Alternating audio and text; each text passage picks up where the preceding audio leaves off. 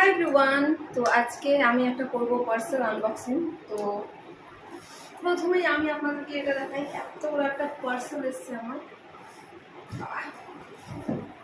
তো আজকে আমার একটা জিনিস অর্ডার করেছি, যেটা হচ্ছে পৃথিবীর 50% না কমও হতে পারে, মানে মানুষ নিয়ে ফেলেছে, যেটা আমি নিইনি এখনও। তো আমিও নেওয়ার জন্য অর্ডার করেছিলাম।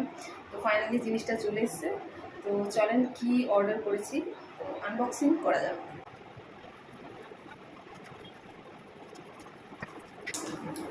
একদিকে অলরেডি আগে থেকে খোলা আছে, তাই ভাবলাম উল্টো দিক থেকে করি। উল্টো দিক দিকেও আবার একই রকম বেরোচ্ছে, এদিকে কাটলাম।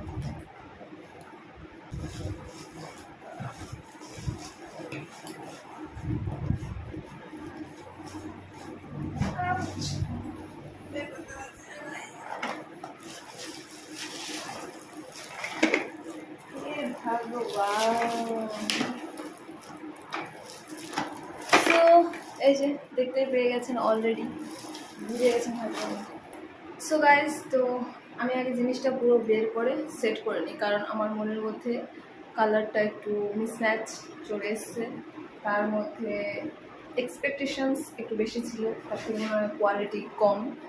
তবুও আমি এটা অফে কিনেছিলাম, তো সেটা তো কোনো ব্যাপার না, ঠিকই আছে। বেশি একটু বুদ্ধি, মানে নিজেকে ট্যালেন্টেড মনে করছিলাম, তাই অফারে অর্ডার করেছিলাম। তো ঠিক আছে, আগে পুরো জিনিসটা ক্রিয়েট করে নিই, তারপরে দেখ।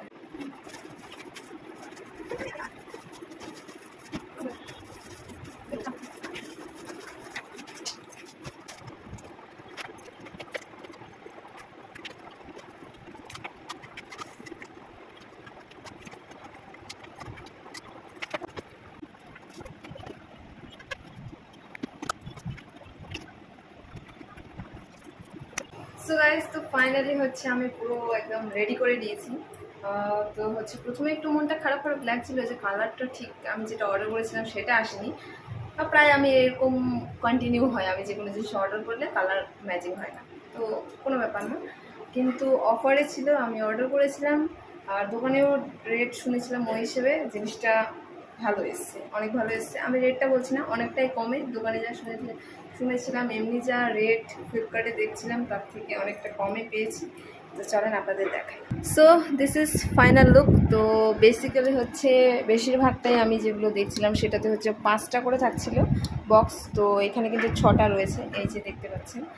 আর আমার এই বোর্ডের সাথে একদম পুরো এই জায়গাটা সেট হয়ে গেছে। তো এখানে ফোন চার্জে দিলে এর উপরেও রাখা যাবে, যেটা আমরা ইউজুয়ালি ইউজ করব, দেখে বোঝা যাচ্ছে।